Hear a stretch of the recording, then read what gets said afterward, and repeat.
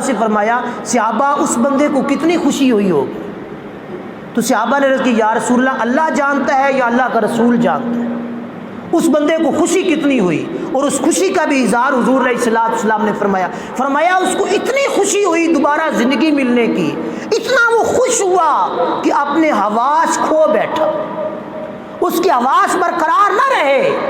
اور اللہ کا شکر کرنا چاہتا تھا، یا اللہ تیرا شکر ہے کہ تو نے مجھ پہ مہربانی فرمائی۔ تو وہ جذبات کے عالم میں اٹھا اور اٹھ کر اللہ کی بارگاہ میں یوں گویا ہوا، کہنے لگا یا اللہ تو میرا بندہ میں تیرا رب،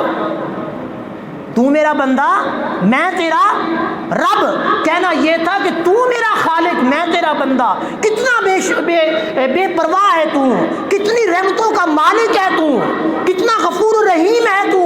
میں تو موت کی تیاری کر رہا تھا پر تو نے مجھے دوبارہ زندگی عطا فرما دی۔ تو اس نے یہ کلمات بولے تو حضور علیہ الصلوۃ والسلام نے فرمایا اس بندے کی خوشی کی انتہا اس بندے سے نہیں پوچھی جا سکتی جو گھر میں بیٹھ کے کھانا کھاتا ہے، جو گھر میں بیٹھ کے پانی پیتا ہے ٹھنڈا، مشروبات سے لطف اندوز ہوتا ہے۔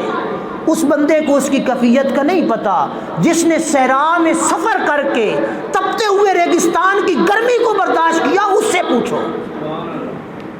تو حضور علیہ الصلوۃ والسلام نے فرمایا اس بندے کو کتنی خوشی ہوئی؟ صحابہ نے فرمایا یا رسول اللہ لامحدود خوشی ہے اس کی خوشی کا اندازہ ہم لوگوں کو نہیں ہے۔ تو حضور علیہ الصلوۃ والسلام نے فرمایا بندہ جب گناہ گار ہوتا ہے، گناہ کرتا ہے، غلطیاں کرتا ہے، خطائیں کرتا ہے، بدعمالیاں کرتا ہے اور بدعمالیاں کر کے پھر رب کی بارگاہ میں آتا ہے،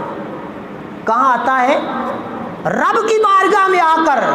2 رکعت نماز نفل پڑھتا ہے اور اللہ کی بارگاہ میں دروازہ کھٹکھٹاتا ہے توبہ کا،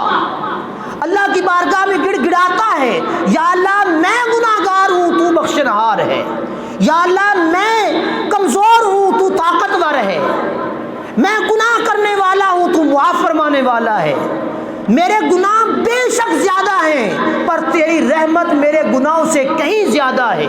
تو حضور علیہ الصلوۃ والسلام نے فرمایا اس بندے کو اتنی خوشی نہیں ہوئی تھی جس کو اونٹ دوبارہ مل گیا، جس کو زندگی دوبارہ مل گئی، جتنی رب کو خوشی ہوتی ہے جب گناہگار رب کی بارگاہ میں آتا ہے۔